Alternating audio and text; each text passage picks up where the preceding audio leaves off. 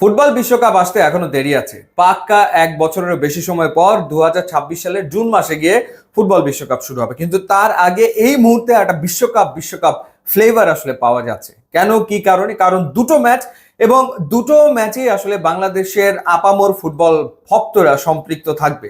25শে March খুবই গুরুত্বপূর্ণ দিন, কারণ 25শে মার্চ এএফসি এশিয়ান কাপের বাছাই পর্বের ম্যাচে বাংলাদেশ মুখোমুখি হতে যাচ্ছে ভারতের। শিলংয়ে খেলাটা হবে।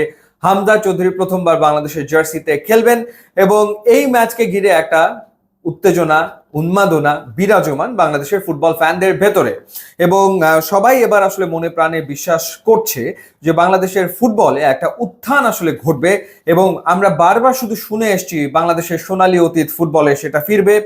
এবার সত্যিকার অর্থেই ফেরার একটা সম্ভাবনা তৈরি হয়েছে, কারণ হামজা চৌধুরীর মতো একজন ফুটবলার যিনি ইংলিশ প্রিমিয়ার লিগে খেলেছেন, তিনি খেলবেন বাংলাদেশের জার্সিতে। এবং তার সাথে আরো কয়েকজন প্রতিভাবান ফুটবলার, যেমন ইটালি প্রবাসী ফাহমিদুল, তিনি এসছেন।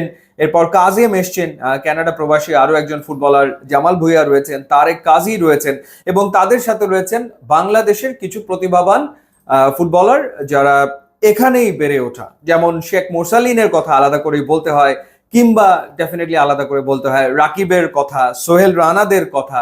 তো সব মিলিয়ে একটা ভালো ভাইব তৈরি হয়েছে, এবং সবাই বিশ্বাস করছে যে হ্যাঁ, এবার বোধহয় ভারতকে হারানো সম্ভব হবে, এবং সেটা দাপট দেখিয়ে। সুতরাং সেই ম্যাচের দিকে চোখ রাখতে হবে। 25শে মার্চ খেলা হবে শিলংয়ে।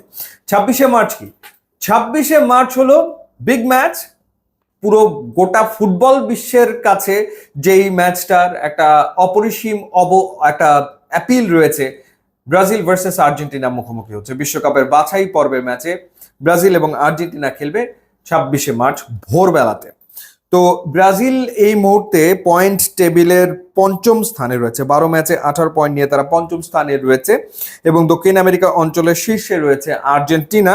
12 ম্যাচে 25 পয়েন্ট হচ্ছে আর্জেন্টিনার। ইউরুগুয়ে রয়েছে দ্বিতীয় স্থানে, এবং ব্রাজিল 21শে মার্চ খেলবে কলম্বিয়ার বিপক্ষে। 6:45 এই ম্যাচটা হবে। এবং ব্রাজিলের ফুটবলারদের নামের পাশে অনেকগুলো ইয়েলো কার্ড রয়েছে। 10 ফুটবলের পাশে আসলে ইয়েলো কার্ড, এবং তারা কেউ যদি কলম্বিয়ার বিপক্ষে ইয়েলো কার্ড পায়, তাহলে দেখা যাবে যে সে হয়তো আর্জেন্টিনার বিপক্ষে খেলতে পারবে না।